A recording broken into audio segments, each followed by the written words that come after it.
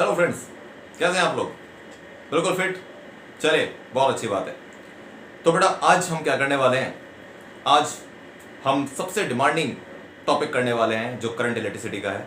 और अक्सर मैं आपको बता दूं कि जब भी कभी ऐसा होगा कि आपकी किसी से मुलाकात होगी जो क्लास 12 पास आउट हो चुका हो, और होता है कि जो बच्चे पास आउट हो जाते हैं ना, वो अक्सर दूसरे बच्चों को ना टीज करने की कोशिश करते हैं, थोड़ा सा कोशिश करते हैं ऐसे कि चलो हम दिखाते हैं कि हमने कितना पढ़ लिया था। तो वो क्लास 12 के जो पास आउट बच्चे हैं वो आपसे क्या पूछेंगे? अगर आपने पूछा, मान लो वो पूछते हैं आपसे कि बेटा कि भाई कौन सी क्लास में आ गए हो, तो आप कहते हैं कि हम तो 12th में आ गए। तो कहते हैं कि 12th में अच्छा क्या चल रहा है, सिलेबस में क्या चल रहा है? ठीक है, तो आप कहते हैं करंट इलेक्ट्रिसिटी चल रहा है। तो कहते हैं अच्छा करंट इलेक्ट्रिसिटी, किरचॉफ लॉ जानते हो क्या? ये आपसे पूछेंगे। तो इसका मतलब क्या हुआ? करंट इलेक्ट्रिसिटी चैप्टर का नाम लेते ही साथ सबसे पहले उसके बाद जो आता है वो आता है किरचॉफ्स लॉ। मतलब ऐसा नहीं कि इसका पहला टॉपिक है, लेकिन ये सबसे डिमांडिंग टॉपिक है जिसके बारे में सबसे ज्यादा बात करी जाती है। ठीक है, और जब सबसे ज्यादा बात करी जाती है तो आप समझ सकते हैं कि फेस पे इम्पोर्टेंस कितनी होगी जब सबसे ज्यादा बात करी जाती है। कॉम्पिटिटिव एग्जामिनेशन के लिए भी मस्त टॉपिक है, आपकी बोर्ड एग्जामिनेशन के लिए भी बहुत बढ़िया टॉपिक है, और लिटरली मजा आएगा। ठीक है, ढंग से एक बार देखिएगा। कुछ लोग इसका हवा बनाते हैं, कुछ बच्चे बहुत सोचते हैं इसके बारे में, अरे क्या है किरचॉफ लॉ, अरे क्या है किरचॉफ लॉ। कुछ नहीं, ढंग से एक बार देखते रहिए आप और यूं क्वेश्चन करेंगे आप। ठीक है, तो एक बार देखते रहिए। सबसे पहले मैं आपको एक चीज बताना चाहूंगा, किरचॉफ्स लॉ के अंदर मेरी जो लास्ट वीडियो थी उसके अंदर मैंने बताया था कि what is called current law and what is called junction, what is called voltage law. दो लॉ है हमारे पास किरचॉफ्स में। जो करंट लॉ है वो ये बोलता है कि the algebraic sum of all currents coming towards the junction and leaving the junction is always zero. ठीक है, और जंक्शन को एक कॉमन पॉइंट होता है जहां पर बहुत सारी ब्रांचेस आगे मिल रही होती है। ठीक है, ओके। ये हमारे पास था law of conservation of charge के ऊपर बेस्ड। सेकंड हमारे पास होता है किरचॉफ्स वोल्टेज लॉ, जिसको हम लूप लॉ के नाम से भी जानते हैं। तो इसका स्टेटमेंट आपके पास ये होता था कि ना close loop the algebraic sum of all potential difference is always zero.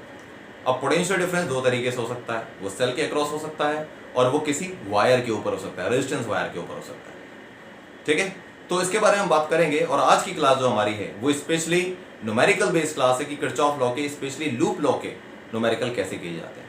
कहीं कहीं जहां पे जंक्शन रूल लगेगा हम उसको भी देखेंगे, और जिन लोगों ने अभी तक लूप लॉ और जंक्शन रूल को ढंग से नहीं पढ़ रखा है वो मेरी प्रीवियस वीडियो को हमेशा देखेंगे, जरूर देखेंगे, उसके अंदर आपको उसका ओवरव्यू मिलेगा। लेकिन आज की क्लास क्या है? आज की क्लास बहुत डिमांडिंग क्लास है, क्योंकि आज की क्लास में हम लोग न्यूमेरिकल्स करने वाले हैं किरचॉफ लॉ के बहुत सारे। ठीक है, तो देखिएगा कि किस तरीके से हम आगे बढ़ेंगे। लेकिन सबसे पहली बात जो मैं आपको बताना चाहूंगा वो है साइन कन्वेंशंस। देखिए, साइन कन्वेंशन को लेके कई बार काफी कंफ्यूजन है, और कंफ्यूजन कौन क्रिएट करता है मैं आपको बताता हूँ। कंफ्यूजन कुछ हमारी रिफ्रेशर बुक्स भी क्रिएट करती है। वहां पर आपके पास है कुछ बहुत अच्छी रिफ्रेशर बुक होंगी, उसमें जो आप साइन कन्वेंशन देख रहे होंगे, किसी दूसरी में देखेंगे तो ठीक उल्टा मिलेगा। और दोनों ही फेमस बुक है, दोनों ही अच्छे ऑथर है हमारे, तो हम ये नहीं कह सकते कि कौन सही कौन गलत। तो इसलिए मैं आपको दो चीजें बताऊंगा। एक्चुअली वहां पर क्या है, सही दोनों ही है, गलत कोई भी नहीं है, लेकिन समझने का तरीका क्या है। तो मैं आपको एक ऐसी चीज बता रहा हूं जो जनरली कभी डिस्कस नहीं करी जाती किरचॉफ लॉ के लिए, हमेशा एक ही पार्ट डिस्कस किया जाता है। मैं इसके दो एस्पेक्ट बताता हूं आपको। ठीक है, पहला एस्पेक्ट क्या है? पहला एस्पेक्ट है कि लॉजिक क्या है साइन कन्वेंशन का, और दूसरा एस्पेक्ट है कि कन्वीनियंस क्या है, हमारे लिए क्या कन्वीनियंट रहेगा याद रखना। एक होता है कि याद कैसे इजीली किया जा सकता है, और एक होता है कि एक्चुअली कंसेप्ट क्या है। ठीक है, ये दो डिफरेंट बातें हैं। तो इन दोनों बातों को मैं आपको बताऊंगा तो आपको पता लग जाएगा कि एक्चुअली में डिफरेंस क्या था। तो पहली बात मैं बात करता हूं कि व्हाट इज रियल फैक्ट, यानी कि लॉजिक क्या है साइन कन्वेंशन का।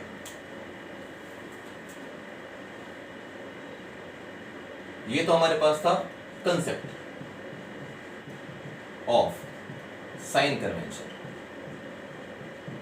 कंसेप्ट ऑफ साइन कन्वेंशन, और दूसरा हमारे पास है कन्वीनियंस। बहुत अजीब सा सुन के लग रहा होगा कि भाई ये कौन सी चीज है, ये तो हमने कभी सुना ही नहीं इसके बारे में आज तक। और ये ऑब्वियस है, ये किसी बुक में भी आपको इस तरीके से नहीं मिलेगा। ठीक है, शायद ही आपने पहले कभी सुना हो कि क्या दो तरीके हैं। ठीक है, वो जो दो तरीके हैं उन दोनों में क्या सिमिलैरिटीज हैं या उनको कैसे कैसे समझा जाता है, मैं दोनों आपको इसलिए बता रहा हूं कि दोनों में से किसी भी एक चीज को अगर आप याद रखेंगे तो आपका आंसर बिल्कुल सही आएगा।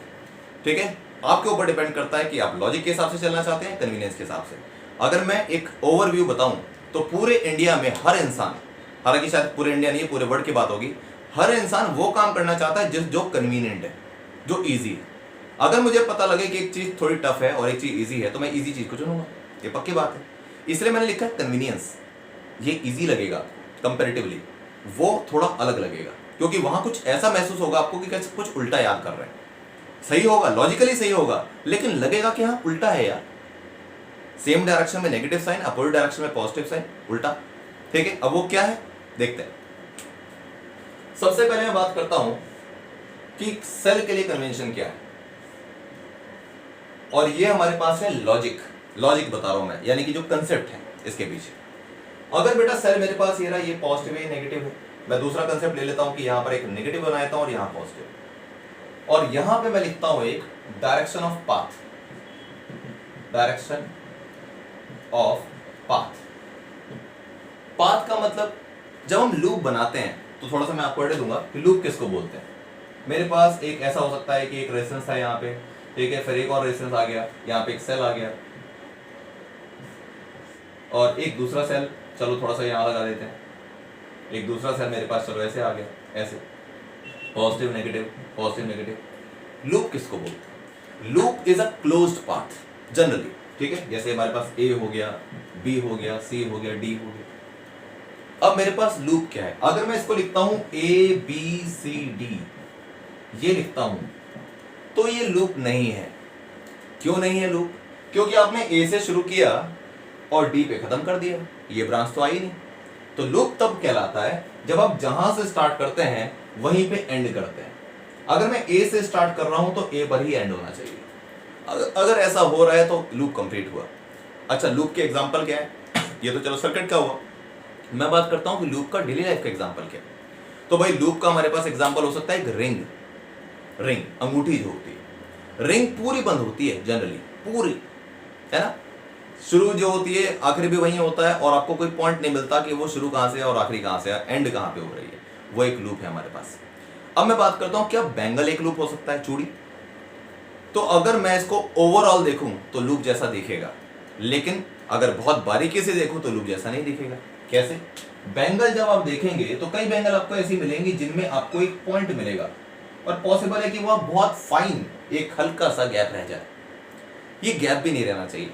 हालांकि अगर बहुत परफेक्शन से बैंगल बनी हुई है तो फिर ये गैप भी नहीं होगा, पूरा होगा। जैसे हम हाथ में पहनने वाला कड़ा पहनते हैं, कड़ा होता है, कड़ा भी दो तरीके का होता है। एक जो स्टेनलेस स्टील का होता है वो बिल्कुल पूरा बंद होता है, लेकिन कई बार वो कॉपर का बना होता है, तो उस केस में वो पूरा बंद नहीं होता, वो इस तरीके से होता है। अक्सर जो कॉपर वाले होते हैं वो कुछ इस तरीके से, मैंने देखे हैं जो, वो कुछ इस तरीके से देखे हैं जो एक्सटेंड हो सकते हैं, ठीक है। तो ये लूप नहीं है, लेकिन वो जो कड़ा होता है जो पूरा बंद होता है, स्टील टाइप का जो कड़ा होता है, वो एक लूप कहलाएगा, ठीक है। तो loop is basically a completely close path, पूरा का पूरा बंद होना चाहिए, ठीक है। उसको हम यहाँ पे बताएंगे, और किरचॉफ लॉ स्पेशली इसके लिए लगता है। लेकिन मैं बोल रहा हूँ स्पेशली इसके लिए लगता है, कुछ ऐसे आपके पास एग्जांपल्स होंगे जहां पर आपको लूप बनता हुआ नजर नहीं आएगा, इनडायरेक्टली लेकिन लूप बन रहा होगा वहां पे, ठीक है। डायरेक्टली हो सके ना दिखे तो आप किसी मैश यानी किसी ब्रांच के अंदर भी उसको लगा सकते हैं, लेकिन फिलहाल मैं आपको बताऊंगा कि लूप में उसको सॉल्व कैसे करना है। तो ये मेरे पास एक पूरा एक लूप था, ए बी सी डी ए। जरूरी नहीं कि मैं ए से शुरू करूं, अगर मैं बी से शुरू करता हूं तो B C D A B, ये भी हो सकता है। अगर मैं सी से शुरू करूं तो सी डी ए बी सी, ये भी हो सकता है। तो लूप में मैं ऐसे भी चल सकता हूं। मान लो करंट, मान लीजिए कि करंट सर्किट में ऐसे चलती है इस वाले सेल से, ये इसको E1 मान लेता हूं, इसको E2 मान लेता हूं। यहां से करंट चलती है, ऐसे चलती है, ऐसे चलती है, चलते चलते चलते करंट ऐसे आई। तो मैं लूप की डायरेक्शन ऐसे भी ले सकता हूं, और लूप की डायरेक्शन में ये थी कौन सी थी, क्लॉकवाइज डायरेक्शन, और मैं ऐसे भी डायरेक्शन ले सकता हूं कि मैं ऐसे भी चल सकता हूं। इसका कोई हार्ड एंड फास्ट रूल नहीं है कि आप क्लॉकवाइज चले या एंटी क्लॉकवाइज चले, यानी कि ये लॉ सॉल्व करने में आपको सबसे ज्यादा लिबर्टी देगा कि जैसा आप सॉल्व कर रहे होंगे, अगर आप ठीक उसका उल्टा सॉल्व करते हैं, ध्यान रखना ठीक उसका उल्टा, अगर आप साइन कन्वेंशन या डायरेक्शन लेते हैं तो भी आंसर वही आएगा, ठीक है। और वो इसलिए क्योंकि इसके राइट हैंड साइड में इज इक्वल टू 0 होता है, तो इसलिए साइन कन्वेंशन सेम आ जाता है। मतलब आप अगर उसको उल्टा भी सॉल्व करेंगे तो भी आपके पास न्यूमेरिकल वैल्यू गलत नहीं आएगी। लेकिन बात थी कि लॉजिक क्या है और फिर कन्वीनियंस क्या है, दोनों बातें मैं आपको बताऊंगा। तो फिलहाल ये मेरे पास मान लो था चलने की डायरेक्शन, मैं ऐसे चलता हूं, तो ये हो गया पाथ फॉलोड कि मैं ऐसे ऐसे ऐसे करके चलता हूं। ये थी पाथ की डायरेक्शन, मैं कैसे चलना चाहता हूं इसके अंदर। तो अगर डायरेक्शन ऑफ पाथ आपके पास ऐसे है, इधर जा रहा है पाथ, ठीक है, और अगर आप पहले पॉजिटिव टर्मिनल बैटरी का पड़ता है फिर नेगेटिव पड़ता है, मान लीजिए अगर ऐसे पड़ता है और आप ऐसे चल रहे हैं, तो आप पोटेंशियल के हिसाब से कहां जा रहे हैं? बैटरी के पॉजिटिव और नेगेटिव पोटेंशियल में से कौन हायर पोटेंशियल होता है, पॉजिटिव या नेगेटिव? तो आपने सुना होगा positive potential is higher and negative is lower. तो इसका मतलब हो गया कि ये हो गया मेरे पास हायर पोटेंशियल पॉजिटिव वाली साइड, और ये हो गया लोअर पोटेंशियल।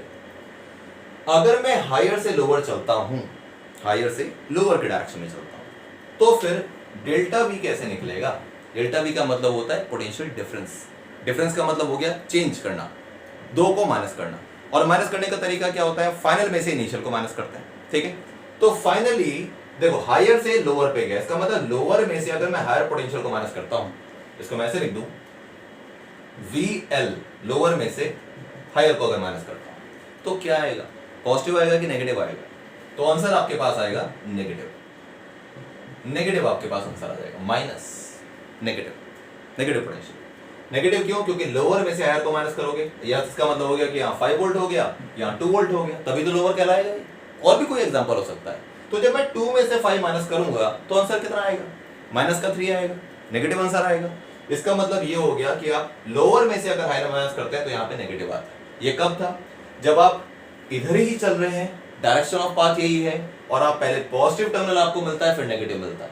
तो इस केस में आप हायर से लोअर पे जा रहे हैं, तो फाइनली पोटेंशियल डिफरेंस होगा lower minus higher is equal to negative. यानी कि अगर सेल में आप उस डायरेक्शन में जा रहे हैं, पाथ की डायरेक्शन में अगर आपको पहले पॉजिटिव बाद में नेगेटिव मिलता है तो नेगेटिव पोटेंशियल लिया जाता है, यानी कि इसका नेगेटिव ईएमएफ लिया जाएगा। इसका मतलब है कि इस केस में मैं लिखूंगा delta V equal to minus epsilon, और एप्सिलॉन क्या है? इसका ईएमएफ। सेल जब भी दे रखा होगा उसका आपको ईएमएफ दे रखा होगा, ठीक है।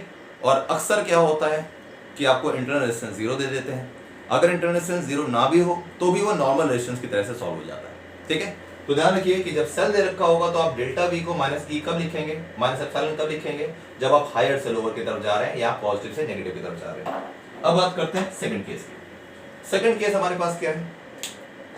सेकंड केस ये था कि मेरे पास अब ये रहा नेगेटिव और ये रहा पॉजिटिव, ये नेगेटिव ये पॉजिटिव, ठीक है। और पाथ मेरे पास यही है, डायरेक्शन ये पूरा पाथ इधर ही है, हर केस में हम इधर जा रहे हैं। तो अब लोअर किधर है और हायर किधर है? ये रहा लोअर, ये रहा हायर। आपका पाथ क्या है? पाथ की डायरेक्शन ये रही। तो इस बार अगर मैं डेल्टा वी निकालता हूं तो मुझे क्या करना पड़ेगा? मुझे हायर वोल्टेज में से लोअर को माइनस करना पड़ेगा, तो आंसर क्या आएगा? ठीक है ना, फाइनल में से इनिशियल, लोअर से हायर पे जा रहा है, तो हायर में से जब लोअर को माइनस करोगे यू विल गेट पॉजिटिव, यानी डेल्टा वी इस बार पॉजिटिव आएगा, और उस पॉजिटिव को आप लिखेंगे क्या? Positive epsilon. बहुत सीधी सी बात है। अगर जिस तरफ आपका पाथ जा रहा है, जैसे आप जा रहे हैं वहां पे पहले आपके पास आ गया हायर, बाद में आया लोअर, तो लोअर में से हायर को माइनस करूंगा तो नेगेटिव आंसर आएगा। तो इसका मतलब है सेल में अगर आप पॉजिटिव से नेगेटिव की तरफ चल रहे हैं तो उसके ईएमएफ को नेगेटिव लेना है, क्योंकि पोटेंशियल डिफरेंस नेगेटिव आएगा इस कंसेप्ट से। इसी तरीके से अगर सेल में नेगेटिव से पॉजिटिव की तरफ चल रहे हो, इधर से इधर आ रहे हो, पहले नेगेटिव आया बाद में पॉजिटिव, तो ईएमएफ को ले रहे हैं पॉजिटिव साइन के साथ, प्लस ई के साथ, ठीक है। अब बात करते हैं, ये तो था सेल का कंसेप्ट, अब बात करते हैं करंट का कंसेप्ट क्या है, ठीक है। देखो मेरे पास एक ये था, this is first, this is second, this is third. Third की बात करते हैं कि थर्ड में क्या है। थर्ड में ये था कि आपके पास एक रेजिस्टेंस दे रखा है ऐसे, और करंट जा रही है ऐसे, करंट ऐसे जा रही है, और अगर करंट ऐसे जा रही है तो आपको ये बताना पड़ेगा कि हायर पोटेंशियल किधर होगा और लोअर किधर होगा। ये आपने हमेशा सुन रखा है, करंट हमेशा हायर से लोअर की तरफ जाती है।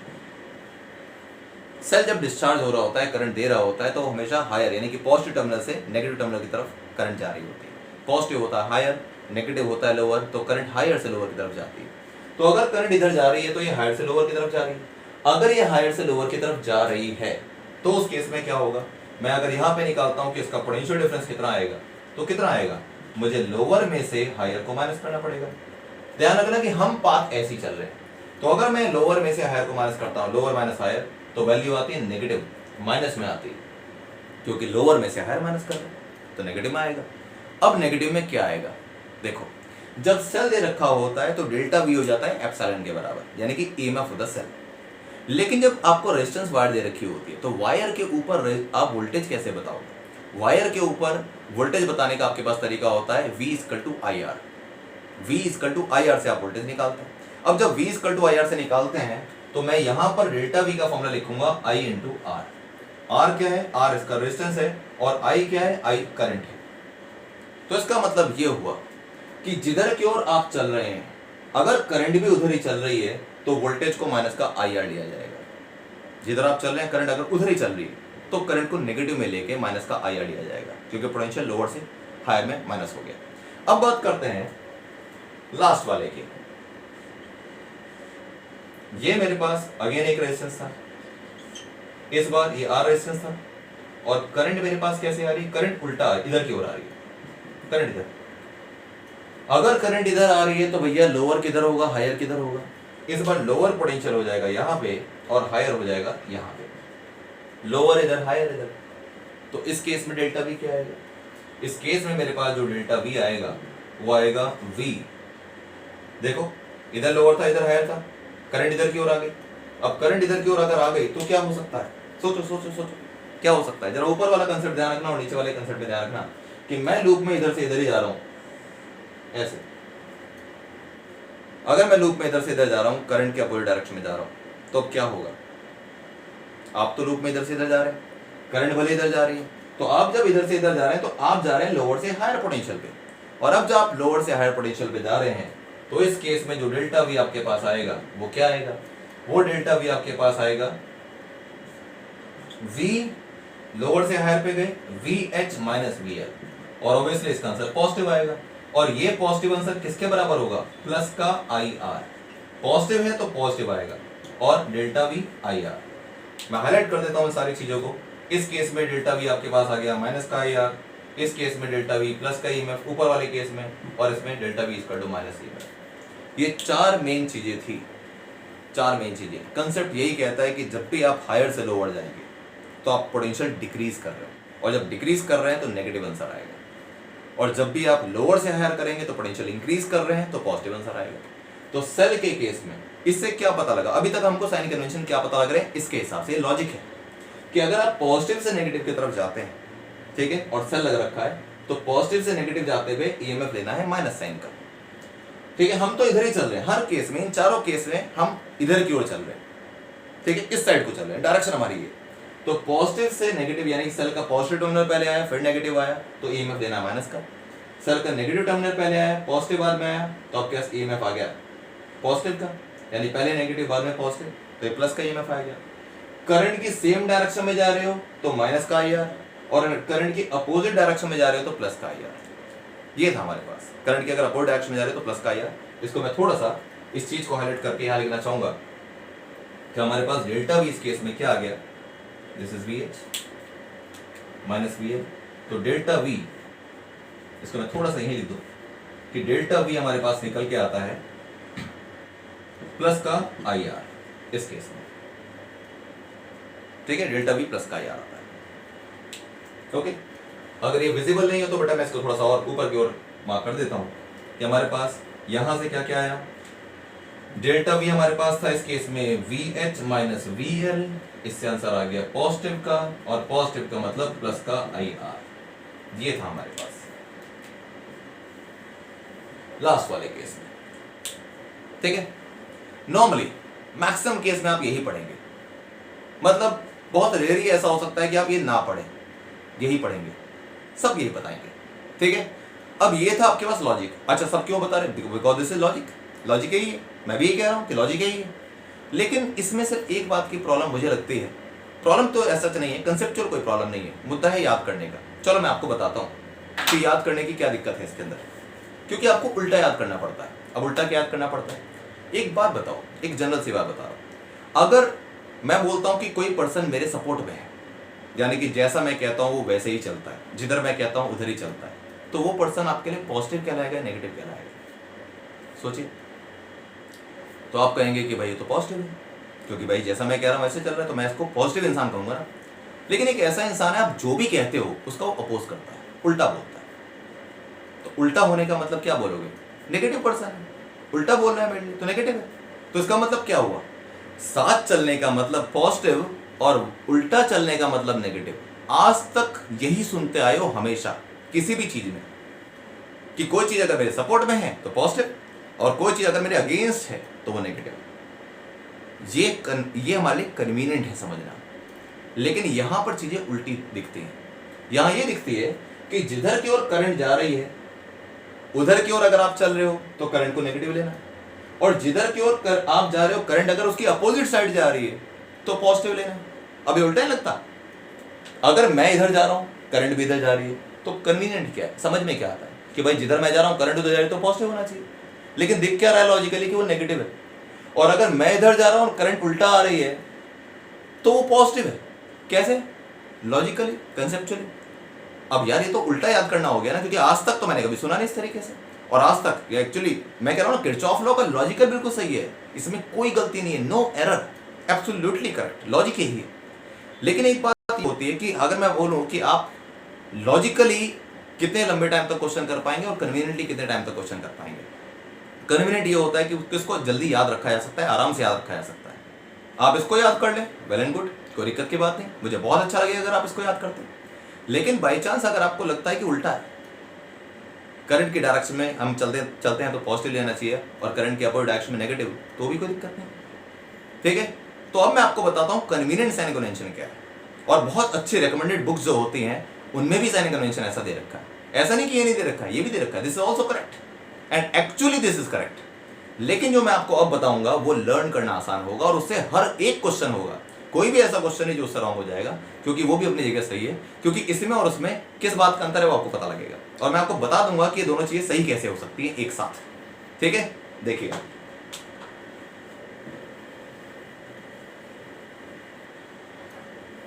तो हमने बात कर ली कंसेप्ट ऑफ साइन कन्वेंशन की, कंसेप्ट तो ये रहा। अब बात करते हैं कन्वीनियंसी की। कन्वीनियंसी ये बोलती है जो मैं यूज करूंगा कन्वीनियंट के हिसाब से, क्योंकि ये याद करना बहुत आसान काम है। ये पॉजिटिव और ये नेगेटिव है ईएमएफ में। अगर मैं इधर चलता हूं, पाथ की डायरेक्शन इधर, पाथ इधर चल रहा है, पहले पॉजिटिव है बाद में नेगेटिव, पहले मुझे मिला पॉजिटिव टर्मिनल तो ईएमएफ हो गया प्लस का, positive negative. Second negative positive, पहले मुझे कौन मिला? पहले नेगेटिव मिल गया। अगर पहले नेगेटिव मिल गया तो माइनस का ईएमएफ, पाथ ये रहा मेरे पास। अब करंट की बात करते हैं। करंट में क्या होता है? करंट जा रही थी ऐसे, ऐसे करंट जा रही है, ठीक है। करंट ऐसे जा रही है, मैं भी ऐसे जा रहा हूं, इसका मतलब करंट मेरे साथ साथ जा रही है आगे, तो मुझे सेम डायरेक्शन में जाने को क्या लगेगा? पॉजिटिव लगेगा। तो मैं करंट के डायरेक्शन को पॉजिटिव आई मान लूंगा, यानी करंट को पॉजिटिव आई मानूंगा, ठीक है। अगर करंट आ रही है उल्टा, अब देखो मैं तो जा रहा हूं ऐसे, ये पाथ है, पाथ, ये भी पाथ, मैं ऐसे जा रहा हूं, करंट उल्टा आ रही है, इसे उल्टा ही तो कहेंगे, इसे तो कोई नहीं कह सकता ना करंट सीधी जा रही है। भाई मैं अगर ऐसे जा रहा हूं, करंट ऐसे आ रही है, तो दुनिया में कोई इंसान ही नहीं कह सकता करंट सीधी आ रही है, सब बोलेंगे करंट उल्टी आ रही है। और करंट उल्टी आ रही है तो उल्टे का मतलब क्या होता है? नेगेटिव। तो इसका मतलब ये हो गया कि मैं इसको माइनस का ले लूंगा। तो बेसिकली पॉजिटिव से नेगेटिव जा रहे हो तो पहले पॉजिटिव आया तो इसलिए प्लस का ही, पहले नेगेटिव आया तो माइनस का ही, करंट की सेम डायरेक्शन में जा रहे हो पॉजिटिव आई, करंट की उल्टी डायरेक्शन में जा रहे हो माइनस आई। अब देखो ये कितना आसान है, सेम डायरेक्शन में पॉजिटिव, अपोजिट डायरेक्शन में नेगेटिव। यही तो आज तक सुना है जनरली, किरचॉफ लॉ की बात नहीं कर रहा हूं मैं, ये बता रहा हूं आज तक किसी भी जनरल बात को आप करेंगे तो आपको ये पता लग जाएगा कि भाई साथ चलने को पॉजिटिव ही कहते हैं और अपोजिट आने को नेगेटिव बोलते हैं। कोई मेरे साथ साथ है पॉजिटिव, कोई मेरे अगेंस्ट है नेगेटिव। यही कन्वीनियंट तो ये हो गया ना, लेकिन साइन कन्वेंशन एक्चुअली है। तो मैं आपको बताता हूं कि logically this is correct but convenient is this. दोनों में से आप कोई भी एक याद करेंगे थ्रू आउट, जो भी आपको इजी लगता है। मैंने इसलिए आपको दो चीजें बताई हैं, क्योंकि कुछ लोग कन्वीनियंसी के हिसाब से चलेंगे और कुछ लोग लॉजिकली चलेंगे, दोनों ही अपनी जगह सही हैं। और पता है क्या है, जो मैंने यहां लिखा है ठीक इसका उल्टा यहां लिखा है। और मैं आपको कंफ्यूज करने की कोशिश नहीं कर रहा हूं, मैं आपको ये बता रहा हूं कि आज से इस वीडियो के बाद से आपको इन दोनों में से कोई एक चीज सेलेक्ट करनी है। और मैं आपको बता रहा हूं आप दोनों में से कोई भी एक सेलेक्ट कर लीजिए, आंसर सबसे आएगा। मैं सारे क्वेश्चन आपको इससे कराऊंगा, ठीक है। आप इससे भी कर सकते हैं। और मैं प्रूव करके दिखा दूंगा हर एक क्वेश्चन के अंदर, इवन पहले क्वेश्चन में दिखा दूंगा कि जो इससे आएगा वही इससे आएगा, और साइन कन्वेंशन बिल्कुल सही आ जाएंगे। ठीक है, राइट। तो इसमें कोई रटने की बात नहीं है, this is logical and this is convenient, दोनों सही हैं क्योंकि दोनों हाईली रिकमेंडेड बुक्स के अंदर हैं। ये कुछ दूसरी बहुत बढ़िया रेपुटेशन वाली बुक्स में दे रखा है, ये कुछ और रेपुटेशन वाली बुक्स में दे रखा है, लेकिन ये तो सीखना चाहिए ही चाहिए बिकॉज दिस इज लॉजिक। बाकी हमें तो क्वेश्चन सॉल्व करने हैं जिससे इजीली हो जाए, इससे इजीली हो जाएंगे तो ये कन्वीनियंट है, इससे इजीली हो जाएंगे तो ये कन्वीनियंट है, लेकिन डायरेक्शन वाइज ये कन्वीनियंट लगता है क्योंकि यहाँ उल्टा याद करना पड़ता है और यहाँ पे सीधा याद करना होता है। ठीक है बेटा, राइट। चलिए अब बात करते हैं हमारे फर्स्ट क्वेश्चन की, जहां पर मैं इस लूप लॉ को आपको लगा के दिखाता हूं। और ये ध्यान रखिएगा कि मैंने आपको ये कन्वेंशन क्या बताया, आप इस वीडियो को पॉज करके आराम से इन दोनों चीजों को लिख सकते हैं और खुद डिसाइड कर सकते हैं आपको किससे करना है। ये आपका ऑप्शन है। मैथ्स में भी तो एक ही क्वेश्चन को करने के कई तरीके होते हैं, ठीक है। तो क्या हमारे पास अगर कहीं ऑप्शन मिल रहा है तो हमें दोनों ऑप्शन देखने होते हैं ना। आपको ये अच्छा लगता है ये कर लो, वो अच्छा लगता है वो, या तो ऑप्शन ही ना हो तो मत करो, लेकिन जब ऑप्शन है और वो भी करेक्ट है, चेक इट। ठीक है, राइट। तो चलो खैर एक बार आप देख लें इसको, आप अच्छी तरीके से वीडियो को पॉज करके बेटा इसको नोट कर लेंगे आराम से। दोनों चीजें नोट करना, क्योंकि कुछ बुक्स में सिर्फ ये मिलेगा, कुछ बुक्स में सिर्फ ये मिलेगा, मैंने दोनों चीजें बताई।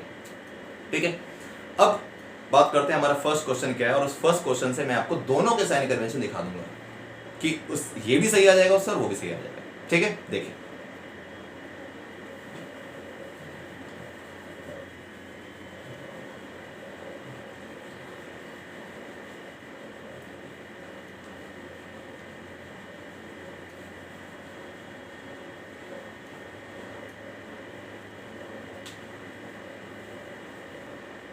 सबसे पहले एक बेसिक क्वेश्चन लेते हैं हम, कुछ ऐसा। Question number 1,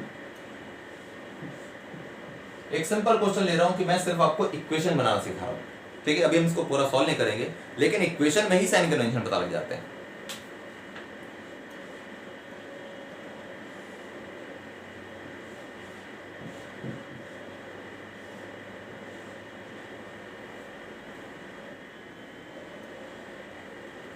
Suppose we have a cell with EMF epsilon 1, EMF epsilon 2, resistance यहाँ पे इसको R1 मान लेते हैं, इसको R2 मान लेते हैं, इसको R3 मान लेते हैं, ऐसे ही मान लिया, कुछ भी मान सकते हैं। अभी तो लेट कर रहे हैं, पर जैसा क्वेश्चन में मिलेगा वैसा कर लेंगे। अब देखो बच्चे, करंट की डायरेक्शन, कि करंट दो तरीके की पॉसिबिलिटी हो सकती है। जब आपको किरचॉफ लॉ का कोई क्वेश्चन दिखता है तो या तो उसमें करंट का डिस्ट्रीब्यूशन आपको पहले से ही मिल सकता है कि करंट दे रखी है पूरे सर्किट में, कहाँ से आ रही है, कहाँ जा रही है, कहाँ डिवाइड होकर जा रही है, वो सब दे रखा है। या आपका थोड़ा काम बढ़ सकता है, वो ये बढ़ सकता है कि आपको ही करंट इमेजिन करके उसका डिस्ट्रीब्यूशन करना। तो कोई बात नहीं, मैं आपको यही शुरुआत से ही सिखाऊंगा कि करंट का डिस्ट्रीब्यूशन कैसे करना, और उसके सारा लॉजिक बताऊंगा कि एक ही क्वेश्चन में करंट के बहुत तरीके के डिस्ट्रीब्यूशन हो सकते हैं और वो सारे सही हो सकते हैं। जैसे मैंने बोला कि मैथ्स में किसी क्वेश्चन को सॉल्व करने के वेरियस वेज हो सकते हैं और वो सारे सही हो सकते हैं। इसी तरीके से यहाँ भी हमारे पास किरचॉफ लॉ में एक लिबर्टी है कि आपके पास यहाँ इसको सॉल्व करने के वेरियस वेज हो सकते हैं और वो सारे सही हो सकते हैं। ठीक है, देखो सबसे पहले मैं मान लेता हूं कि जो पहला सेल है, पहला रेजिस्टेंस मान लिया, तो पहली करंट मान लेते हैं I1। ओके, दूसरा सेल था उसकी करंट थी I2, I1 यहां से आया, I2 यहां से आया।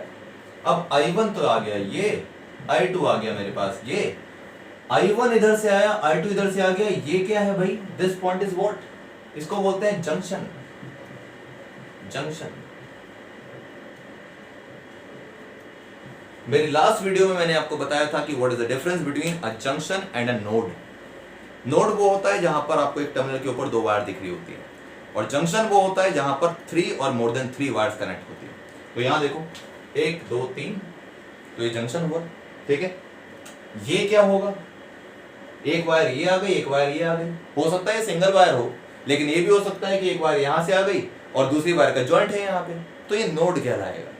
और ये जंक्शन, क्योंकि यहाँ सिर्फ 2 वायर का कनेक्शन, और ये जंक्शन। अब देखो I1 करंट यहां से आई, I2 करंट यहां से, और दोनों मिलके आगे चली गई I1 प्लस I2 की फॉर्म में। ये भाई दोनों जुड़ जाएंगे। जंक्शन रूल क्या बोलता है, जंक्शन की तरफ जो दोनों करंट आ रही है उन सबके साइन सेम होंगे।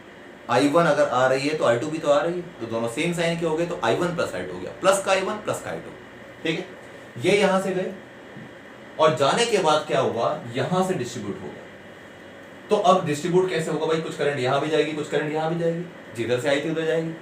अब एक बड़ी बात, मतलब ये एक ऐसी बात है, इसको दिमाग में बिठा लेना है, जितनी करंट किसी सेल से निकलेगी, कुछ भी हो जाए उतनी ही करंट उस सेल में वापस आएगी। ये basically law of conservation of charge ही है कि चार्ज सिर्फ ट्रांसफर होता है पॉजिटिव से नेगेटिव में, लेकिन कम नहीं होगा।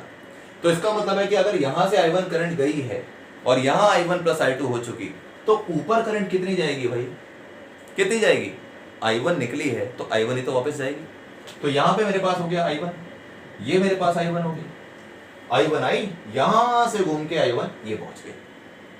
अब बात करते हैं दूसरी, I2 यहां से गई, यहां I2 गई, यहां I1 प्लस I2 हो गई, वापस जब नीचे आती है तो ये आती है I2 ही, I2 निकली है तो I2 वापस आएगी, तो ये हो गया I2। तो बड़ा सिंपल सा केस हुआ, इधर से आ गई I1, इधर से आ गई I2, दोनों मिले, दोनों मिलके I1 प्लस I2, और I1 प्लस I2 फिर डिस्ट्रीब्यूट हो गए I1 ऊपर I2 नीचे। तो ये तो बिल्कुल वैसी बात हो गई भाई, एक अपने घर से निकला, एक और अपने घर से निकला, मैं निकला ही बोल रहा हूँ, निकली नहीं बोल रहा हूँ, ठीक है। एक अपने घर से निकला, एक अपने घर से निकले, दोनों रेस्टोरेंट में मिले, मिलने के बाद क्या हुआ, जब घर जाएंगे तो अपने अपने घर जाएंगे ना, ये अपने घर ही पहुंचा, ये अपने घर ही पहुंचा। ऐसे ही करंट का हिसाब किताब है कि I1 यहां से आया, I2 यहां से आया, दोनों मिले, कुछ दूर तक साथ चले और फिर वापस उसी घर में जाना है जहां से निकले थे। अगर दोनों उल्टे घर में पहुंच गए तो बड़ी गड़बड़ है भाई, बड़ी गड़बड़ है, ठीक है। हाँ, पूछताछ चालू हो जाएगी। तो चलो खैर, अब ये मेरे पास था। अब बात करते हैं लूप के बारे में कि लूप की डायरेक्शन क्या ली जाएगी। क्लॉकवाइज भी ले सकते हैं और एंटी क्लॉकवाइज ले सकते हैं। एक ही सर्किट के अंदर दोनों क्लॉकवाइज भी ले सकते हैं, दोनों एंटी क्लॉकवाइज भी ले सकते हैं, एक को क्लॉकवाइज एक को एंटी क्लॉकवाइज भी ले सकते हैं। बहुत सारी लिबर्टी है, लेकिन हमें अपने लिए तो कुछ याद रखना पड़ेगा ना कि मैं हर बार ऐसा ही करूंगा, मुझे इजी रहेगा। तो भाई बहुत सीधी बात है, जिधर की ओर करंट चल रही है ना, घूमती हुई आ रही है, उधर की ओर घूम जाओ तुम भी, उधर ही बना लो लूप। करंट अगर ऐसे घूमती हुई आ रही है तो मैं करंट का लूप ऐसे मान लेता हूं कि हम इस रास्ते चलेंगे, क्योंकि करंट भी ऐसे घूम के गई है।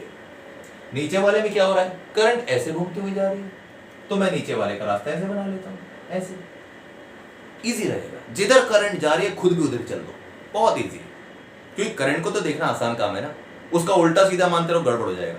जिधर करंट जा रही है चुपचाप उधर चल दो। तो करंट इधर गई, इधर चल दी हम, करंट इधर गई, इधर चल दी।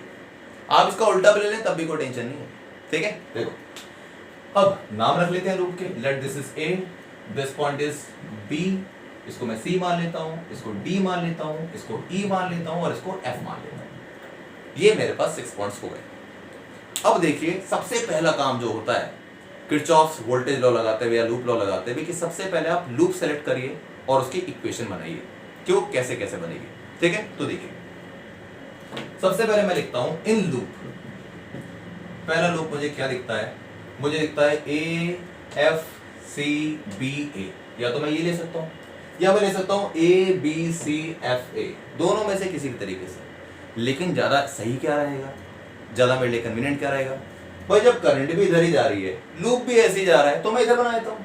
और ये ध्यान रखना, जिधर की ओर आप लूप का नाम लिखेंगे आप चलेंगे उधर की ओर ही, ये आपके लिए इजी रहता है और टीचर के लिए भी समझना आसान होता है जो आपकी कॉपी करेक्ट करेंगे। अगर मैं लूप में चल ही ऐसे रहा हूं तो मैं लूप का नाम भी ऐसे लिख लेता हूं। क्या नाम लिखता हूं, ए, लूप ऐसे चल रहे हैं ना, ए एफ, फिर सी, फिर बी और फिर ए, जहां से स्टार्ट वहां पे खत्म, ये जरूरी है, ठीक है बेटा, ये बात पता लगी। अच्छा जी, अब जब ये बात आपको पता लग गई है तो फिर अब लूप की हम इक्वेशन बना लेते हैं।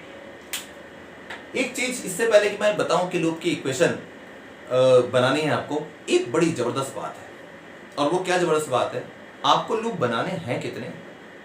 ऐसा थोड़ा ना कि आप जितने लूप देखेंगे सब बना लोगे, नहीं नहीं भाई, कितने लूप की रिक्वायरमेंट है। आप सोचिए, ये बिल्कुल मैथमेटिक्स जैसा कि अगर मेरे पास एक इक्वेशन दे रखी है x plus Y is equal to 7 और एक दे रखी है 2x minus 3y is equal to 2, मान लीजिए ऐसी कोई इक्वेशन है, तो मैं पूछता हूं कि इसमें क्या करना होगा। क्वेश्चन में ऑब्वियस है कि इसमें x और y की वैल्यू निकालनी होगी। अगर आपको दो अननोन चीजें निकालनी होती हैं तो उसको निकालने के लिए दो इक्वेशन बनानी पड़ती है। If you need to calculate 3 unknown things we require 3 different equations, ये मैथमेटिक्स बोलती है, वरना सॉल्व नहीं होगा।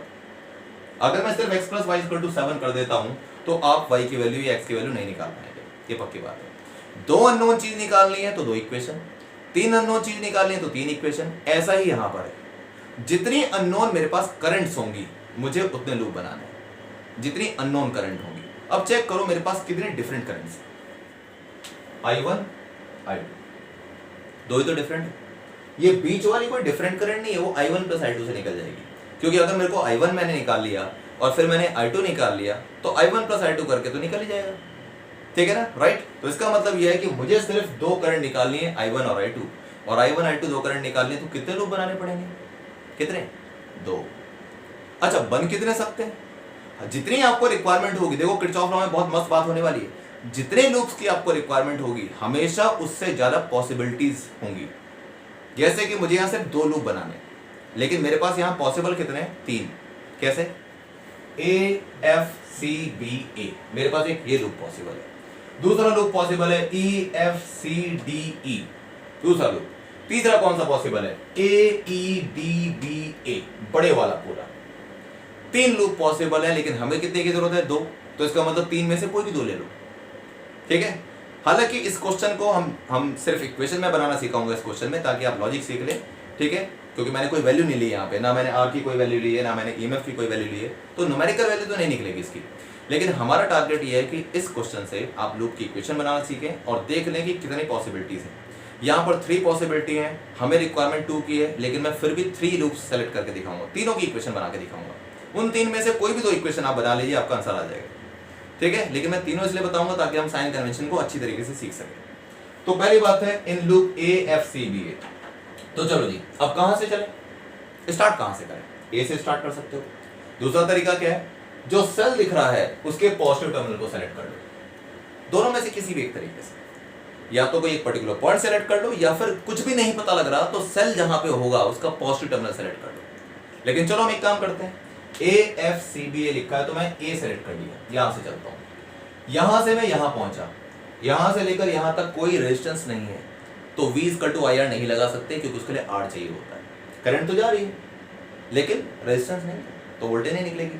अब पहुंचे यहां से यहां तक, ठीक है, यहां से लेकर यहां पहुंचे, कुछ नहीं लिखना, यहां से यहां पहुंचे। अब मैं बात कर रहा हूं कन्वेंशन में कौन से ले रहा हूं, मैं कन्वेंशन ले रहा हूं कन्वीनियंस वाले, कि सेम डायरेक्शन में चलोगे तो करंट को पॉजिटिव, अपोजिट डायरेक्शन में चलोगे तो करंट को नेगेटिव, सेल में पॉजिटिव से नेगेटिव चलोगे तो प्लस का ईएमएफ, सेल में नेगेटिव से पॉजिटिव चलोगे, पहले नेगेटिव आया तो माइनस का ईएमएफ, ये हम यूज करेंगे, ठीक है। मैं आपको कन्वीनियंसी के हिसाब से जा रहे क्वेश्चन कराऊंगा, और बाकी आप लॉजिकली मैं आपको प्रूव करके दिखा दूंगा कि वो कैसे सही है, ठीक है। देखो in loop A F C B A, यहां से हम यहां पहुंचे, फिर यहां से यहां चले, तो यहां से यहां चले तो आपको करंट कितनी मिली, I1 प्लस I2। अब सोचो, आप लूप में चले ऐसे, करंट भी इधर ही जा रही है, अब मैं भी इधर ही जा रहा हूं, करंट भी इधर जा रही है, तो करंट को पॉजिटिव कन्वीनियंसी के हिसाब से, तो plus I1 plus I2, current आ गई इनटू रेजिस्टेंस, रेजिस्टेंस कितना था, R3, plus I1 plus I2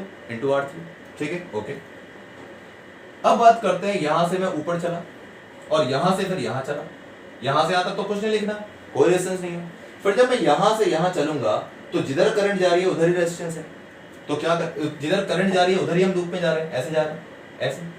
current के डायरेक्शन में अगर लूप है आपका, लूप के डायरेक्शन और करंट के डायरेक्शन सेम है, तो इसका मतलब पॉजिटिव, तो क्या आएगा, प्लस का I1 इंटू R1, और फिर नेगेटिव से पॉजिटिव पे जाके एंड करोगे। सेल में पहले कौन सा टर्मिनल आया, नेगेटिव, तो माइनस का EMF, epsilon 1 is equal to 0, सारी वोल्टेज और ईएमएफ का सम 0, अलजेब्रिक सम 0। तो मैं दोबारा बता रहा हूं कि मैंने यहां से स्टार्ट किया, यहां से यहां पहुंचे, कोई रेजिस्टेंस नहीं था तो कुछ नहीं लिखना, फिर यहां से जब हम यहां पहुंचे तो करंट की सेम डायरेक्शन में जा रहे हो, मतलब लूप जिधर जा रहा है उधर ही करंट है, तो पॉजिटिव आ गया, प्लस का I1 plus I2 same direction में जा रहा है, इनटू R3, सॉरी R3 दे रखा है आपको। फिर यहां से यहां पहुंचे, यहां से यहां पहुंचे, कोई रेजिस्टेंस नहीं है, कुछ नहीं लिखना, फिर यहां से यहां पहुंचे, रेजिस्टेंस आ गया, इधर से इधर जा रहे हो, आप भी इधर ही आ रहे हो, करंट भी इधर ही आ रही है, तो सेम डायरेक्शन में जा रहे हो, पॉजिटिव आ गया, करंट की सेम डायरेक्शन में कन्वीनियंट है कि पॉजिटिव है, प्लस I1 इंटू R1, और फिर नेगेटिव से पॉजिटिव पे गए तो पहले नेगेटिव टर्मिनल आया तो माइनस का E1 इक्वल टू 0, ठीक है। ये हमारे पास फर्स्ट इक्वेशन होगी। अब सुनो, मैं थोड़ी सी जगह छोड़ूंगा यहाँ पे, फिर आपको एक चीज बताऊंगा। इन लूप, दूसरा लूप हमारे पास कौन सा है, इसको मैं पूरा नहीं सॉल्व करूंगा, मैं सिर्फ इक्वेशन बना के दिखा रहा हूं आपको। इन लूप, दूसरा लूप हमारे पास क्या है, EFCDE, EFCDE, चेक करते हैं कहां से स्टार्ट करोगे, ई पॉइंट से शुरू कर देते हैं। यहां से आपने चलना किया, यहां से लेकर यहां तक कोई रेजिस्टेंस नहीं है, कुछ नहीं लिखना। यहां से यहां पहुंचे, जिधर जा रहे हो करंट भी उधर ही जा रही है, positive I1 plus I2 into R3, ठीक है। फिर यहां चले, फिर यहां से यहां गए, कुछ नहीं है यहां पे, ठीक है, कुछ नहीं लिखना आपको, कोई रेजिस्टेंस नहीं है। फिर यहां से यहां पहुंचे, आप इधर चल रहे हो, करंट भी इधर आ रही है, पॉजिटिव I2 इंटू R2। कितना आसान है ना, जिधर जा रहे हो उधर ही करंट जा रही है पॉजिटिव, जिधर जा रहे हो उसके उल्टा करंट आ रही है नेगेटिव, ठीक है। उल्टे का मतलब नेगेटिव तो होता है, पॉजिटिव कहां होता है? कभी आज तक आपने सुना है कि उल्टे का मतलब नेगेटिव होता है, उल्टे का मतलब पॉजिटिव होता है? कभी नहीं, उल्टे का मतलब ही नेगेटिव होता है। अगर मैं बोलता हूं एक पॉजिटिव साइन एक नेगेटिव साइन है, तो उल्टा साइन कौन सा है? नेगेटिव उल्टा होता है, ठीक है। इसलिए सेम डायरेक्शन में पॉजिटिव, अपोजिट डायरेक्शन में नेगेटिव, यही हम यूज कर रहे हैं। तो प्लस का I2 इंटू R2, फिर नेगेटिव से पॉजिटिव पे जाके एंड किया तो माइनस का E2 इज इक्वल टू 0, क्योंकि पहले नेगेटिव आया बाद में पॉजिटिव, ठीक है। ये दो हो गए। अब मैं बात करता हूं थर्ड लूप की। हालांकि इन दो से हमारा सॉल्व हो जाएगा और बिल्कुल परफेक्ट आंसर आएगा। अगर आपको न्यूमेरिकल वैल्यू दे दें, R1 कितना है, R2 कितना है, R3 कितना है, EMF की वैल्यू दे दें कि वो 5 वोल्ट है, 2 वोल्ट है, तो ये सॉल्व हो जाएगा, ठीक है। अब बात करते हैं थर्ड लूप में क्या आएगा, मेरे साथ साथ सोचिएगा। इन लूप, अब हमारे पास एक समस्या है। समस्या क्या है? मेरे को लूप लेना है पूरा ये। अब इस लूप में मैं इधर से इधर की ओर चलूं या इधर से इधर की ओर चलूं, क्योंकि इसकी करंट कहती है नीचे चलो, इसकी करंट करती है ऊपर चलो, तो क्या करें? दोनों में से कैसे भी चल लो आंसर सेम आना है, पहली बात तो लिबर्टी है आपके पास। लेकिन फिर भी मैं सोचूं कि मैं अपने लिए कोई लॉजिक बना लूं कि जिस तरीके से मैं हर क्वेश्चन में करता रहूं, मुझे बार बार टेंशन ना हो कि अभी मैं ऐसे कर रहा हूं, अभी ऐसे कर रहा हूं। तो एक बहुत सीधी सी बात है, मान लो ये 5 वोल्ट का सेल है और ये 2 वोल्ट का सेल है, ठीक है। यानी कि E1 ग्रेटर देन E2 है। E1 की वैल्यू ε1 की वैल्यू ε2 से ज्यादा है। मैं ε1 को कन्वीनियंटली E1 बोल दूंगा, ठीक है ना, कोई टेंशन की बात नहीं, तो समझ सकते हैं। तो E1 अगर ग्रेटर देन E2 है, ठीक है, तो मैं E1 के हिसाब से चलूंगा, जो बड़ा सेल है उसके हिसाब से चलो। और अगर E2 बड़ा होता है E1 से, तो मैं E2 के हिसाब से चलता। मतलब ये हमने लॉजिक बना लिया, अपने लिए बना लिया, कन्वीनियंसी बना, लॉजिक भी नहीं है, कन्वीनियंसी।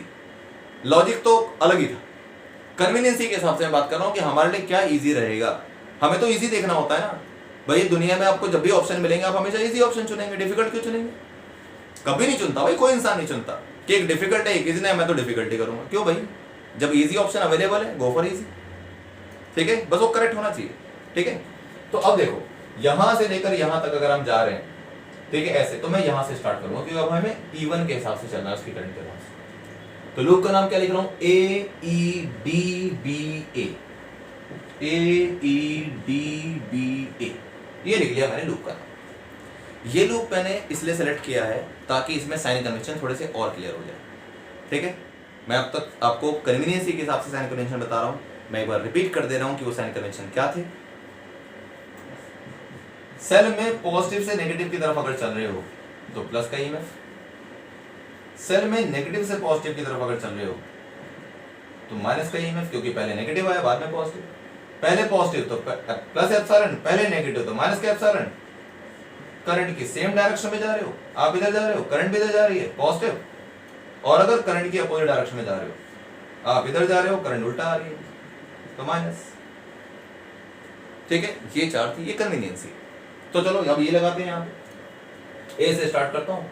यहां से मैं चला गया, यहां से मैं यहां पहुंचा, कुछ नहीं लिखना, कोई रेजिस्टेंस नहीं है, छोड़ दो। यहां से यहां तक कोई रेजिस्टेंस नहीं है, छोड़ दो, ना कोई रेजिस्टेंस है ना कोई सेल, कुछ नहीं लिखना, सिर्फ कनेक्टिंग वायर है। यहां से यहां पहुंचे, अब यहां से यहां पहुंचा तो सेल का कौन सा टर्मिनल पहले आया? कौन सा टर्मिनल पहले आया? पॉजिटिव, तो मैं पॉजिटिव लिख देता हूं, प्लस का E2। फिर मैं आगे पहुंचा, अब सोचो मैं जा रहा हूं इधर, करंट आ रही है ऐसे, तो करंट उल्टी आ रही है ना, दुनिया कोई इंसान इसको सीधा नहीं बोलेगा ना।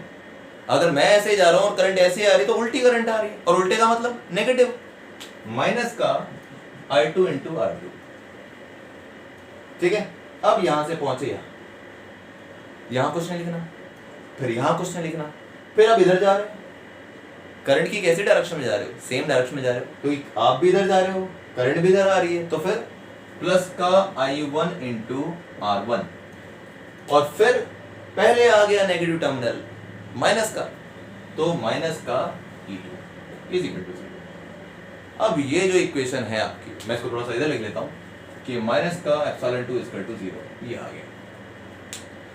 अब ये जो मैंने लिखा है यहाँ पर, ये था कन्वीनियंसी के हिसाब से, और मैं यही यूज करूंगा। आप कोई सा भी क्वेश्चन किरचॉफ लॉ का इस तरीके से कर लें, सारे क्वेश्चन होते हैं। ये कन्वीनियंट है करना, क्योंकि इसमें डायरेक्शन का बहुत आराम से हिसाब है, सेम डायरेक्शन में, पॉजिटिव अपोजिट डायरेक्शन में नेगेटिव, बिल्कुल लॉजिकली हमको वैसे समझ में आता है, लॉजिकली नहीं, लॉजिक तो अलग है, लेकिन मैं आपको बताया कन्वीनियंट है, मेरे लिए याद रखना आसान होगा, मैं बहुत लंबे टाइम तक इसको याद रख सकता हूँ, क्योंकि इसमें कोई कंफ्यूजन नहीं है। Same direction positive, opposite direction negative, जबकि लॉजिकली उल्टा होता है, सेम डायरेक्शन में नेगेटिव और अपोजिट डायरेक्शन में पॉजिटिव। ये मुश्किल है, क्योंकि उल्टा समझ में आता है, ठीक है। तो क्या, अब मैं आपको बता रहा था कि किस तरीके से ये जो कन्वीनियंट चीज थी वो लॉजिकल के साथ मैच कर जाती है। देखो राइट हैंड साइड में 0 है ना, ठीक है।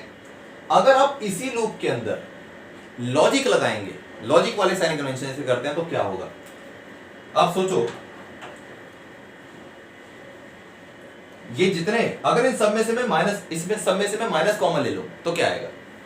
अगर मैं इन सब में माइनस कॉमन ले लूं तो मेरे पास ये आएगा ना, I1 माइनस का I1 plus I2, minus common ले रहा हूं, ठीक है, इंटू R3 माइनस का I1 R1 प्लस का एप्सिलॉन 1 इज इक्वल टू 0, ये आएगा। भाई माइनस कॉमन ले सकता हूं मैं, राइट साइड में 0 है, कोई मैटर नहीं करता। मैंने अगर यहां से माइनस कॉमन ले लूं तो I1 plus I2 into R3, ये नेगेटिव का हो जाएगा, ये भी नेगेटिव का हो जाएगा, और ये पॉजिटिव का हो जाएगा। क्यों? क्योंकि अगर माइनस साइन की मैं अंदर मल्टीप्लाई कर देता हूं तो ऊपर वाला टर्म तो आएगा। अब ये नेगेटिव साइन अगर कॉमन है तो इस कॉमन को अगर मैं उधर ले जाता हूं 0 के, तो ये भी तो करेक्ट आ जाएगा। नेगेटिव साइन को हटाओ यहां से, वो 0 में चला गया। अब ये जो आपके पास आंसर आया, ये आया लॉजिक के हिसाब से, और ये आंसर आया कन्वीनियंसी के हिसाब से। दोनों चीज सही है कि नहीं? जो आंसर इससे आएगा वही आंसर इससे आएगा। तो इसलिए जब भी आप कोई देखें, कभी बुक के अंदर देखें जहां पे लॉजिकली आपको साइन कन्वेंशन दे रखी हो, तो आपको इसी लूप में ये इक्वेशन मिलेगी, बिल्कुल सेम साइन कन्वेंशन, एक साइन कन्वेंशन यही मिलेगा। लेकिन कन्वीनियंसी के हिसाब से ठीक सारे उल्टे हैं। तो मैंने बताया ना, लॉजिकली जो हम देख रहे हैं और जो कन्वीनियंसी हम देख रहे हैं, ठीक उल्टे साइन कन्वेंशन है। लेकिन ठीक उल्टे भी है तो क्या फर्क पड़ रहा है, बगल में 0 है, इसलिए मैथमेटिकली कोई दिक्कत नहीं आएगी। हाँ, दिक्कत कब आती, बगल में 2 होता है यहाँ पे, तो दिक्कत आ जाती। माइनस साइन दोगे तो वहां गड़बड़ हो सकती है, क्योंकि वहां +2 है। लेकिन अगर मैं 0 लेता हूं यहाँ पे तो कोई फर्क नहीं पड़ता, चाहे इधर प्लस हो चाहे माइनस हो, उधर जाके तो 0 ही होना है, ठीक है। तो मैंने आपको बता दिया, this is logically and this is conveniently. मैं आपको सारे क्वेश्चन कन्वीनियंट के हिसाब से कराऊंगा, क्योंकि वो समझना, उसको याद करना आसान है, वो आपको लंबे टाइम तक याद रहेगा। सेम डायरेक्शन में पॉजिटिव, अपोजिट डायरेक्शन में नेगेटिव, ये तो आसान है ना, ठीक है। तो अच्छा, ये हमारे पास फर्स्ट क्वेश्चन हुआ। इससे मैंने आपको इक्वेशन बनाने सिखा दी, लूप की लॉजिकल कन्वेंशन भी बता दिए, कन्वीनियंट भी बता दिए, दोनों में कंपैरिजन भी बता दिया कि दोनों से सेम ही वैल्यू आने वाली है। तो आपको जो अच्छा लगता है वो याद कर लो। मैं कन्वीनियंसी के हिसाब से कराऊंगा, क्योंकि मैक्सिमम बच्चों को मैंने कन्वीनियंट काम करते हुए देखा है कि उनको ईजी जो काम चाहिए होता है वही चाहिए होता है। तो मैं आपको ईजी के तरीके से बताऊंगा, ठीक है ना, ताकि आपको उल्टे साइन कन्वेंशन ना याद करने पड़े, जो कि लॉजिकली सही होंगे लेकिन वैसे उल्टे होंगे, ठीक है। चलो अब देखते हैं कि हमारा नेक्स्ट क्वेश्चन क्या है।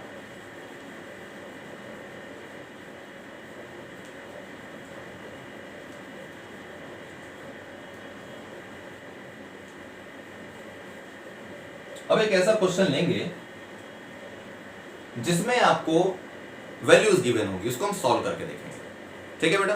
Okay,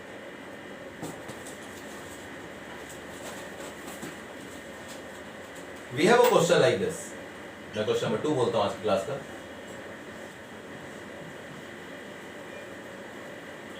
somewhat like this।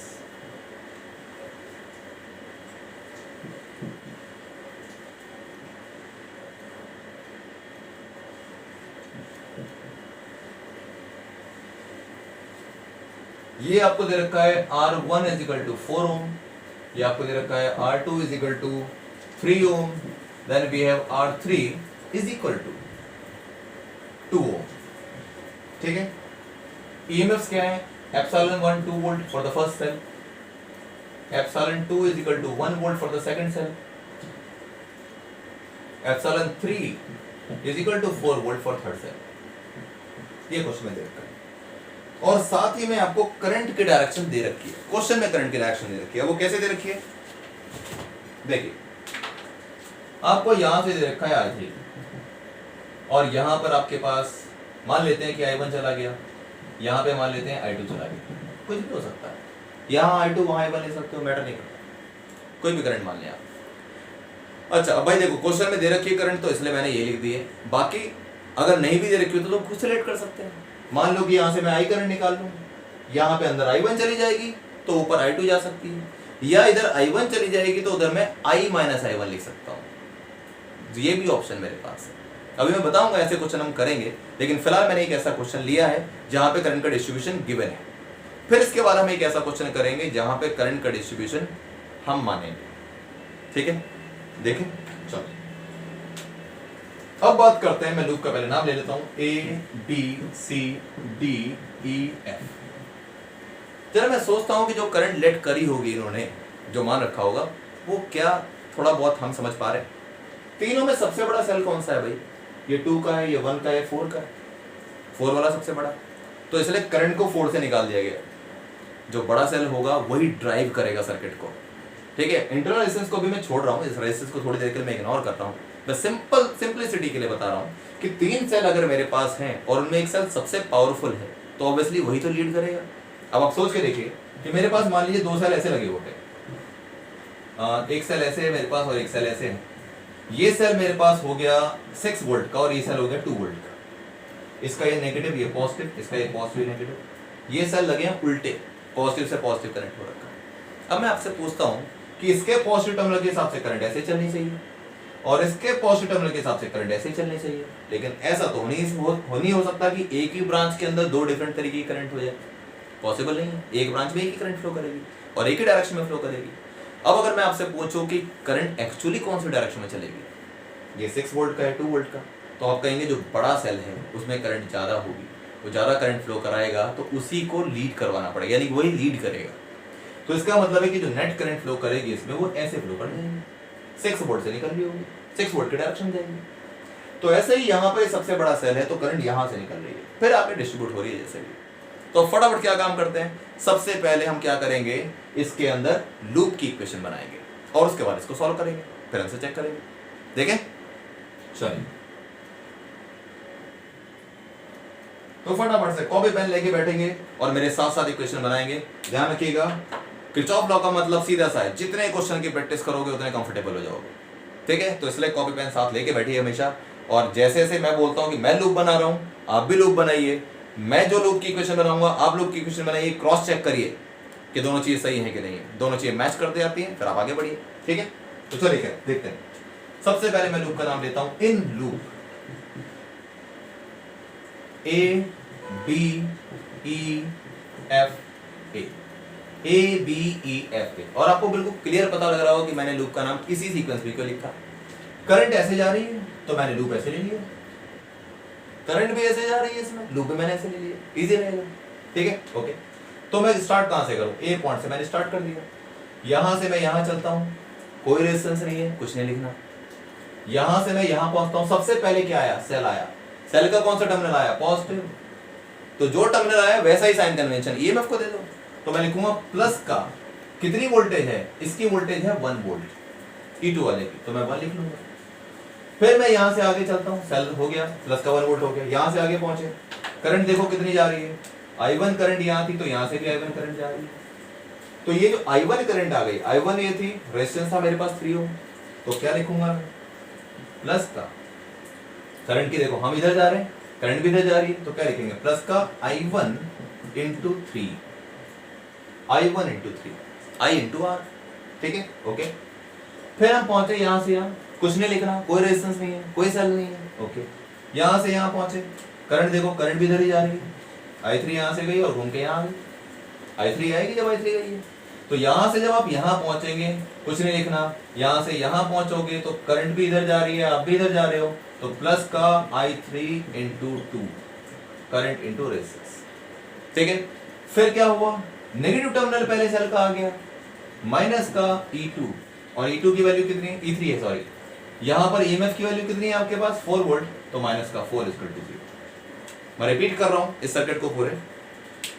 सबसे पहले मैं यहां से चला, यहां से यहां तक कुछ नहीं लिखना, कोई सेल नहीं है, कोई रेजिस्टेंस नहीं है, छोड़ दो। फिर यहां से हम यहां पहुंचे, पहले सेल आया, सेल में पॉजिटिव टर्मिनल आया, तो मैंने लिख दिया प्लस का 1 वोल्ट जो कि इसका ईएमएफ था। फिर मैं पहुंचा आगे, मैं भी आगे जा रहा हूं, करंट भी आगे जा रही है, प्लस का I1 into R, I1 into 3, आगे 3 हो गया।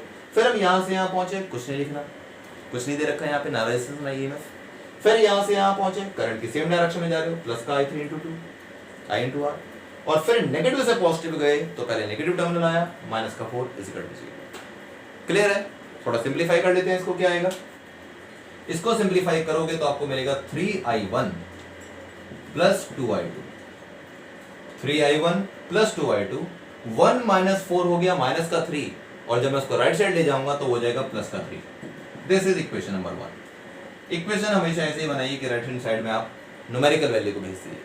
I1 आ गया, I2 आ गया, ठीक है, ओके। अब देखो इन लूप, दूसरा एक लूप सेलेक्ट कर लेते हैं। अब दूसरा लूप मैं ये सेलेक्ट कर लेता हूँ, करंट देखो ऐसी जा रही है, ऐसी जा रही है ना करंट, करंट ऐसे जा रही है, ऐसे, तो लूप भी ऐसे मान लेता हूँ, ऐसे घूमते हुए। कहां से ले लें? कोई सा भी स्टार्टिंग पॉइंट ले लो, मैं सी पॉइंट ले लेता हूँ, डी भी ले सकते हो, ई भी ले सकते हो, बी भी ले सकते हो, कोई सा भी स्टार्टिंग पॉइंट ले सकते हो, लेकिन जो स्टार्टिंग होगा वही एंडिंग होगा, ये जरूरी है। तो मैं यहां से शुरू करता हूं सी पॉइंट से। In loop C D E B C, C D E B C, C D E B C, ये ध्यान रखना है जिधर की ओर करंट जा रही है लूप उधर ही मान लो। हमेशा हम यही तो करते आए हैं और यही करते रहेंगे, ठीक है। सी डी ई बी सी, अब क्या हुआ, सी से स्टार्ट करता हूं। सबसे पहले क्या आया, सेल आया, सेल का कौन सा टर्मिनल आया, पॉजिटिव, पहले पॉजिटिव टर्मिनल आया, प्लस का ईएमएफ, और ईएमएफ कितना था 2, लिख दिया जी 2 वोल्ट। फिर पहुंचे आगे, आप भी इधर ही जा रहे हो, करंट भी इधर जा रही है, प्लस का करंट कितनी थी, I2 ये है तो I2 ये भी होगी, सेम ब्रांच में सेम करंट, प्लस का I2 into 4, I2 into 4, positive आ गया। फिर यहां से यहां तक आपको कुछ नहीं लिखना। फिर जब यहां से यहां पहुंचोगे तो क्या आएगा, माइनस का, भाई आप चल रहे हैं इधर, यहां से आप किधर चले, इधर चले, करंट उधर जा रही है, आप इधर जा रहे हो, माइनस का I1, क्योंकि करंट आपके अपोजिट चल रही है तो माइनस हो गई, माइनस I1 इंटू 3। फिर नेगेटिव से पॉजिटिव पे गए आप, नेगेटिव से पॉजिटिव पे गए, तो नेगेटिव से पॉजिटिव का मतलब पहले नेगेटिव टर्मिनल आया, पहले नेगेटिव का मतलब माइनस का ईएमएफ लिखना है, ईएमएफ कितना है 1 वोल्ट, ये आ गया आपके पास। और फिर यहां से यहां कुछ नहीं लिखना, फिर यहां से यहां पहुंच गया, कुछ नहीं लिखना, कोई रेजिस्टेंस नहीं, कोई ईएमएफ, तो आपके पास इक्वल टू कितना आएगा 0। जब पूरा एक सॉल्व हो जाए तो आपको लास्ट में इक्वल टू 0 लिख देना हर इक्वेशन, ठीक है। अब देखिए क्या आता है इससे, इससे आता है मेरे पास, पहले मैं I1 लिख लेता हूं, माइनस का 3I1,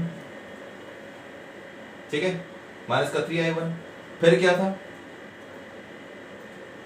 माइनस का 3I1 प्लस का 4I2, माइनस का 3I1 हो गया प्लस का 4I2, 2 माइनस 1 होता है प्लस 1, उधर जाके हो जाएगा माइनस 1, तो माइनस का 3I1 प्लस का 4I2 is equal to 2 minus 1 plus 1, उधर जाके माइनस 1, ये इक्वेशन नंबर 2 है।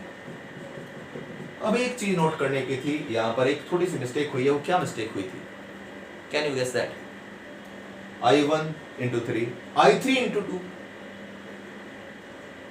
यस, ये ध्यान रखनी है, ठीक है, कोई बात नहीं, कोई बात नहीं, लॉजिकली समझते रहिए, थोड़ा बहुत हो सकता है इधर उधर, लेकिन कोई ऐसी बात नहीं, आप समझदार बच्चे, ठीक है। 3I1 प्लस का 2I3 इज इक्वल टू 3। अब एक बात है, एक बात ये है कि बेटा मेरे पास अभी अननोन करंट कितनी दिख रही है इन दोनों में, मेरे को 3 अननोन करंट दिख रही है, I1, I2 और I3, तो कायदे से मुझे 3 लूप बनाने चाहिए, ठीक है, लेकिन हम ऐसा करेंगे नहीं। टफ क्यों करना है जब इजी तरीका हमारे पास है। इजी ये है कि आपको पता है कि जो I3 है ना, उसी के अंदर तो I1 प्लस I2 है, I3 से ही तो डिवाइड होके I1 और I2 निकल गया, तो इसका मतलब ये हुआ कि मैं क्या लिख सकता हूं, मैं I3 को I1 प्लस I2 लिख सकता हूं, जंक्शन रूल है, I3 जो थी उससे ही I1 प्लस I2 हुआ, जैसे ये आपके पास I3 आ गई और इससे ही आपके पास ये I3 आ रही है, यहाँ से I1 निकल गई, यहाँ से I2 निकल गई, तो क्या मतलब हो गया, I3 ही तो I1 प्लस I2 हुई, इसी में से तो निकल गई, ये जंक्शन रूल भी है। अगर आपको लगता है कि साइन कन्वेंशन के साथ ही जंक्शन रूल देखना है तो कोई दिक्कत नहीं है। टुवर्ड्स द जंक्शन I3 जा रही है आपके पास टुवर्ड्स द जंक्शन, ये रहा जंक्शन, तो प्लस का I3, जो लीव कर रही है वो माइनस का I1, जो लीव कर रही है वो माइनस का I2 इज इक्वल टू 0। तो इससे I3 इज इक्वल टू आ जाएगा, दोनों को उधर भेजो, I1 प्लस I2। वही है, ये जंक्शन रूल ही है, बस को हम डायरेक्ट लिख सकते हैं। ये हमको वैसे भी पता लग रहा है और ये जंक्शन रूल से भी पता लग रहा है, ठीक है। तो अब क्या करना है, अगर मैं फर्स्ट वाले इक्वेशन में I3 को रिप्लेस कर दूं I1 प्लस I2 से, तो मेरे पास इन दोनों इक्वेशन में सिर्फ I1 I2 आ जाएगा। और जब दोनों इक्वेशन में I1 I2 आ जाएगा तो उसके बाद हम इजीली सॉल्व कर लेंगे। तो मैं क्या लिखता हूं, यहां पर लिखता हूं मैं ऑल्सो, ठीक है, और फिर हम लिखते हैं फ्रॉम इक्वेशन 1। इक्वेशन 1 में आप लिख रहे हैं 3I1 प्लस का 2, I3 की वैल्यू क्या पुट कर दूं मैं, I1 plus I2 is equal to 3, ठीक है। 3I1 प्लस 2 I3 की वैल्यू हो गई I1 plus I2 is equal to 3। तो अब हमारे पास आता है 3I1 plus 2I1 plus 2I2 is equal to 3। तो फाइनली कितना सॉल्व करके आ गया, 5I1 plus 2I2 is equal to 3। ये आ गया मेरे पास। अब मुझे क्या करना है, मुझे इन दोनों इक्वेशन को आपस में सॉल्व करना है। अब इन दोनों इक्वेशन को आपस में कैसे सॉल्व करेंगे, कैसे सॉल्व करना है इन दोनों इक्वेशन को। इन दोनों इक्वेशन को अगर आपको आपस में सॉल्व करना है तो उसका तरीका बड़ा सिंपल सा है। उसका तरीका ये है कि मैं I2 में यहाँ 4 है, I2 में वहाँ 2 है, तो उसको 2 से मल्टीप्लाई कर दो तो इसके साथ हो जाएगा। यानी कि इस इक्वेशन को अगर मैं मल्टीप्लाई बाय 2 कर देता हूँ, मैथमेटिक्स में आप इसको प्रॉपर तरीके से लिख देंगे, तो क्या मेरे पास आएगा 10I1 प्लस का 4I2 is equal to 6। This is equation number 4। अब इस इक्वेशन नंबर 4 को मुझे इक्वेशन नंबर 2 से सॉल्व करना है, तो क्या करेंगे, ऑन एडिंग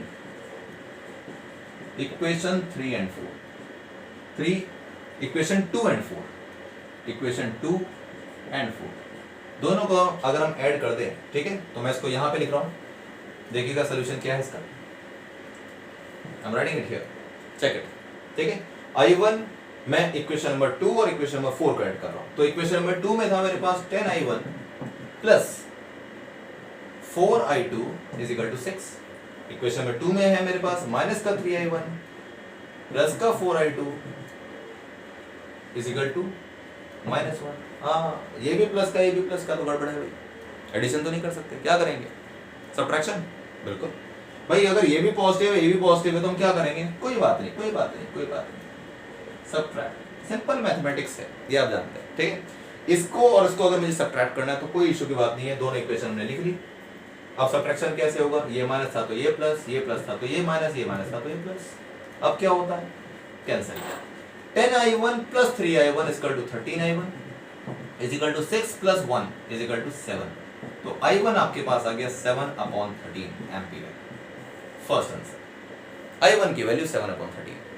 अब I2 निकालना है, कैसे करोगे भाई, इसी को आप किसी भी इक्वेशन में पुट कर लीजिए जो सबसे इजी लगती है।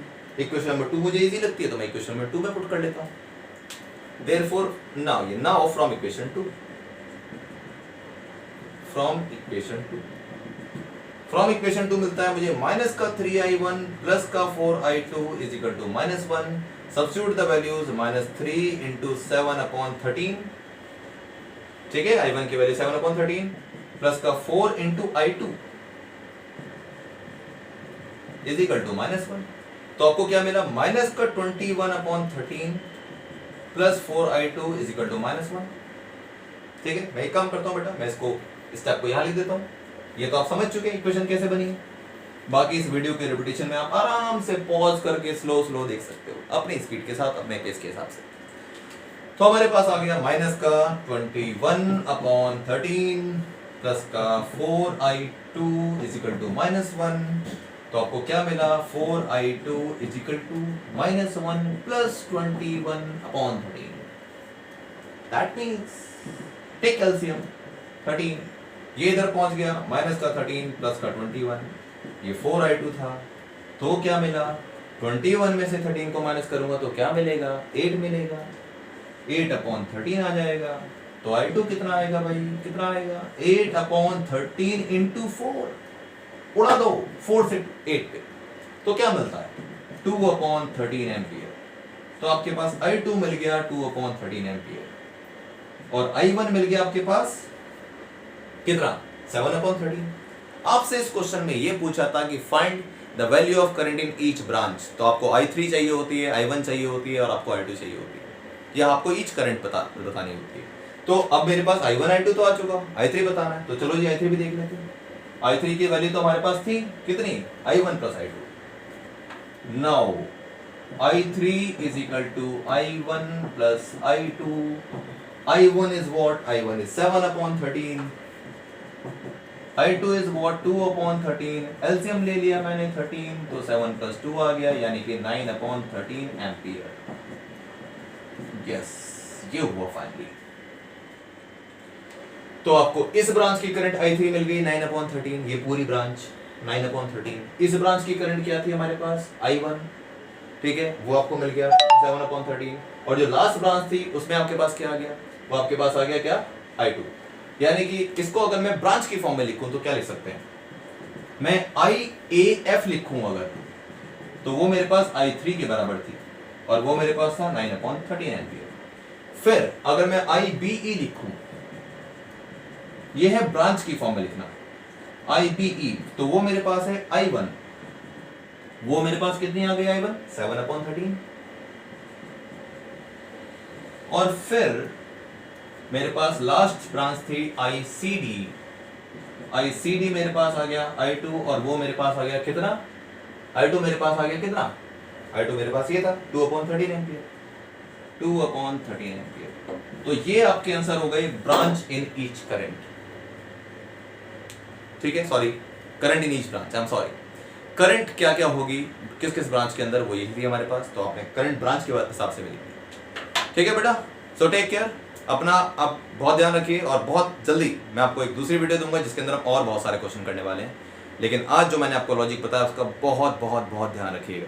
दो चीज़ें बताइए, लॉजिक, कन्वीनियंस, आपको जो बढ़िया लगता है वैसे कर लो, हर क्वेश्चन दोनों तरीके से हो जाएगा। मैं कन्वीनियंस यूज़ करूँगा, रीज़न बहुत सिंपल सा है, क्योंकि मैक्सिमम लोग कन्वीनियंट रहना चाहते हैं, ठीक है।